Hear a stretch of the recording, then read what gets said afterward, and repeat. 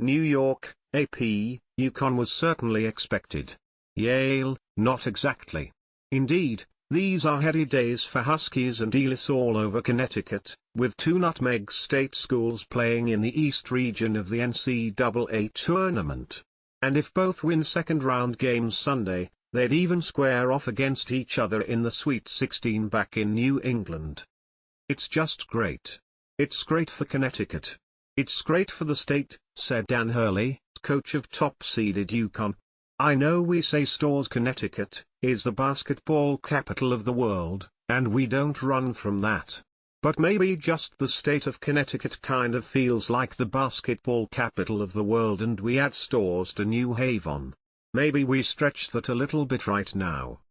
With their campuses separated by about 63 miles along I-91 and I-84, the high-profile Huskies have been a national power for decades, of course, while the Bulldogs scrap away from the spotlight in the scholastic Ivy League. Yale, however, has already authored a couple of the most dramatic March Madness moments this year, rallying in the final seconds to sink Brown on a buzzer beater for the Ivy League title and then coming back late again to upset SEC tournament champion Auburn 78-76 in the first round of the NCAAs behind 28 points from John Polekidas. I tried to be as calm as possible, celebrate obviously the win somewhat, but to be calm and just let the guys know that we have more work to do, Coach James Jones said Saturday. Up next for the 13th-seeded Bulldogs in Spokane, Washington is a matchup with number 5 seed San Diego State, which lost to Uconn in last year's national championship game.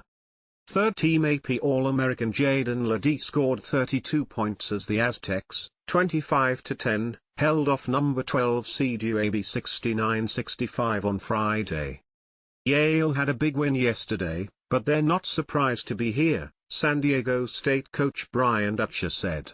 You don't schedule at Kansas, at Gonzaga, at Santa Clara unless you think you're going to be good. They were preparing for this moment by playing teams like that. Fresh off the second NCAA tournament win in school history, Yale, 23-9, is looking to land the Ivy League in the Sweet 16 for the second consecutive season, following Princeton's underdog run a year ago. Uconn, 32-3, has much bigger goals, trying to become the first repeat NCAA champion since Florida in 2007. First-team All-America guard Tristan Newton and the Huskies, after sailing past number 16 seed Stetson 91-52 in Brooklyn, prepped Saturday for 9th-seeded Northwestern, a game scheduled to be broadcast on 5 Connecticut radio stations Sunday night from Greenwich to Norwich. We haven't done much yet. The ultimate goal of this tournament is to win the whole thing, Newton said.